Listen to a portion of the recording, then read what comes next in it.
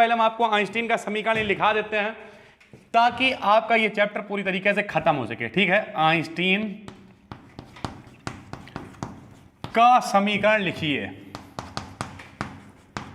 तो हमने हेडिंग डाल ली आइंस्टीन का समीकरण। बहुत ही सरल यह समीकरण है, जरा सुनिए क्या समीकरण होता है। आइंस्टीन ने क्या कहा था? आइंस्टीन ने दो चीजों की बात की थी, एक थी ऊर्जा और एक था द्रव्यमान। यानी आइंस्टीन ने कितनी चीजों की बात की? दो चीजों की, एक ऊर्जा, दूसरी द्रव्यमान। ऊर्जा और द्रव्यमान। ठीक है, क्या होता है जरा सुनिए भैया। पहले हम आपसे कुछ पूछते हैं, अगर कोई व्यक्ति बहुत मोटा हो, ठीक है, बहुत मोटा मान लिया, तो आप उससे क्या कहोगे? आप कहोगे भैया सुबह सुबह दौड़ने जाया करो, यही तो कहोगे। उससे क्या होगा? जब वो दौड़ने जाएगा तो उसकी ऊर्जा धीरे धीरे कम होती जाएगी। ठीक, ऊर्जा खत्म होगी ना यार, हम भागते रहे दिन भर, यहीं पे भागते रहे, क्या होगा? हमारी ऊर्जा धीरे धीरे खत्म होगी। जब ऊर्जा कम होगी तो क्या होगा? तो जो मेरा वजन है यानी द्रव्यमान वो भी कम हो जाएगा। ठीक, इसका मतलब यह है कि ऊर्जा और द्रव्यमान कहीं ना कहीं आपस में जुड़े हुए हैं। कैसे जुड़े हुए हैं? कि अगर आप भागोगे आपकी ऊर्जा खत्म होगी, ऊर्जा खत्म होगी तो आपका द्रव्यमान भी कम होगा, द्रव्यमान कम होगा यानी आप पतले हो जाओगे। तो इन्होंने सीधी सीधी बात कही आइंस्टीन ने कि जो ऊर्जा है भैया, ऊर्जा को इंग्लिश में कहते हैं एनर्जी। क्या कहते हैं? एनर्जी। लिखते हैं ई से। क्या लिखते हैं? ई से। बताइए, ई माने एनर्जी, एनर्जी माने ऊर्जा, ई माने एनर्जी, एनर्जी माने ऊर्जा। और द्रव्यमान को कहते हैं मास, लिखते हैं एम से। और हम आपको पहले ही बता चुके न्यूटन के गुरुत्वाकर्षण नियम में कि निर्भर जब कोई चीज करती तो लगाते हैं समानुपाती। क्या लगाते हैं? समानुपाती। इसका मतलब इन्होंने बताया, आइंस्टीन ने क्या बताया कि जो ऊर्जा है किसी भी पिंड की वो निर्भर करती है उसके द्रव्यमान पे। क्या मतलब? अगर ऊर्जा घटेगी तो द्रव्यमान भी घटेगा, ऊर्जा बढ़ती जाएगी द्रव्यमान भी बढ़ता जाएगा। थोड़ा समझाते हैं ऊर्जा कैसे बढ़ती जाएगी। आप क्या करो, सुबह उठो खूब पराठे खाओ, दोपहर में पेल के दाल चावल खाओ, फिर पिज्जा खाओ, फिर दुकान पे गए मोमोज खाओ, समोसे खाओ, टिक्की खाओ, बतासे खाओ, ये खाओ वो खाओ, खूब ऊर्जा लो, तो द्रव्यमान भी क्या होगा? ऊर्जा तुम्हारी बढ़ रही है तो द्रव्यमान भी बढ़ेगा और बहुत ज्यादा मोटे हो जाओगे। यही तो होगा। इसका मतलब यह है कि अगर जैसे जैसे ऊर्जा बढ़ेगी वैसे वैसे द्रव्यमान बढ़ता जाएगा, मोटे होते जाओगे, जैसे जैसे ऊर्जा घटेगी वैसे द्रव्यमान कम होता जाएगा, दुबले होते जाओगे। ठीक है, यानी सीधी तरीके से बोलें तो जो ऊर्जा है वो द्रव्यमान पर निर्भर करती है, यानी ऊर्जा का मान जो है द्रव्यमान के समानुपाती होता है। ऊर्जा बढ़ेगी द्रव्यमान भी बढ़ेगा, ऊर्जा घटेगी द्रव्यमान भी घटेगा। इन्होंने कहा जब समानुपाती हटाओ, उसमें नियतांक हम लोग क्या लगाते थे? जी। इन्होंने लगाया सी स्क्वायर। क्या लगाया? सी स्क्वायर। और फॉर्मूला बन गया ई बराबर एम सी स्क्वायर, ई बराबर एम सी स्क्वायर, ई बराबर एम सी स्क्वायर, ई बराबर M C square. Most important है फॉर्मूला। जब आप छोटे मोटे पेपर देने जाएंगे तो वहां पे पूछा जाता है आइंस्टीन का समीकरण है कौन सा, तो ई बराबर क्या होता है? M C square. ठीक है, ई बराबर एम सी स्क्वायर, ई बराबर एम सी स्क्वायर, ई बराबर एम सी स्क्वायर।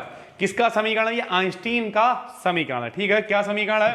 कि ऊर्जा और द्रव्यमान की तुलना हम लोग कर सकते हैं, अगर दोनों में रिलेशन लिखेंगे तो समीकरण होता है ई बराबर एम सी स्क्वायर। ठीक है, तो लिखेंगे। देखिए आइंस्टीन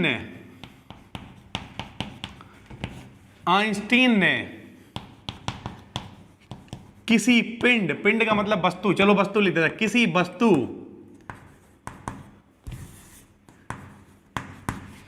के द्रव्यमान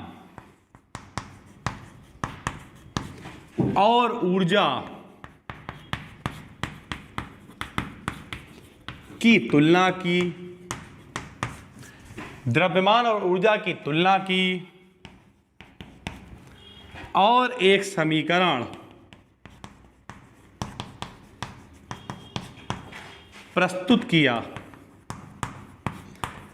और एक समीकरण प्रस्तुत किया जिसे क्या कहोगे आप? जिसे द्रव्यमान ऊर्जा समीकरण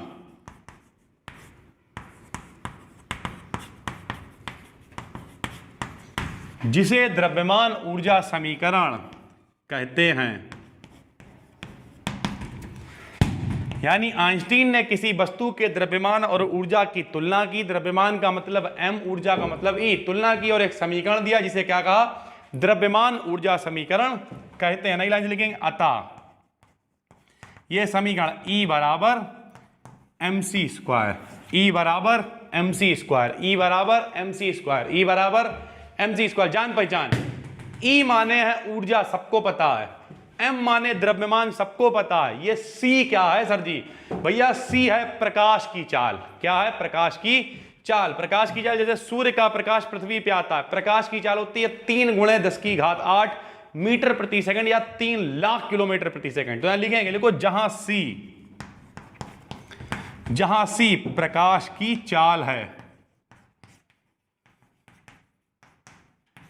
जहां C प्रकाश की चाल है, इसका मान कितना? 3 × 10⁸ मीटर प्रति सेकंड होता है। इसका मान 3 × 10⁸ मीटर प्रति सेकंड होता है।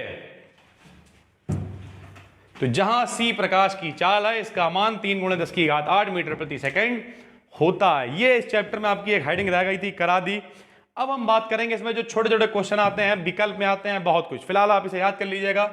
E बराबर MC स्क्वायर, E बराबर MC स्क्वायर, E बराबर MC स्क्वायर, E बराबर MC स्क्वायर। C क्या है? प्रकाश की चाल। C क्या है? प्रकाश की चाल। इसका मान कितना होता है? 3 × 10⁸, 3 × 10⁸, 3 × 10⁸, 3 × 10⁸। अब इसमें कुछ क्वेश्चन दिए हुए पूछते हैं आपसे। पहला क्वेश्चन है, किसी वस्तु के भार और उसके द्रव्यमान को किस समीकरण से व्यक्त करते हैं? तो ये अभी नहीं लिखा होगा, आप लिख लीजिए। भार और द्रव्यमान में संबंध।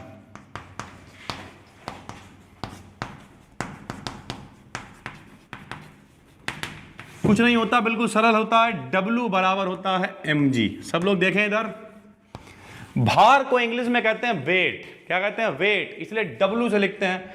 द्रव्यमान को इंग्लिश में कहते हैं, द्रव्यमान को इंग्लिश में कहते हैं मास, इसलिए M से लिखते हैं। तो W बराबर mg। कह रहा दोनों में संबंध बताओ, भार में और द्रव्यमान में। तो संबंध क्या होता है? W बराबर mg। ठीक।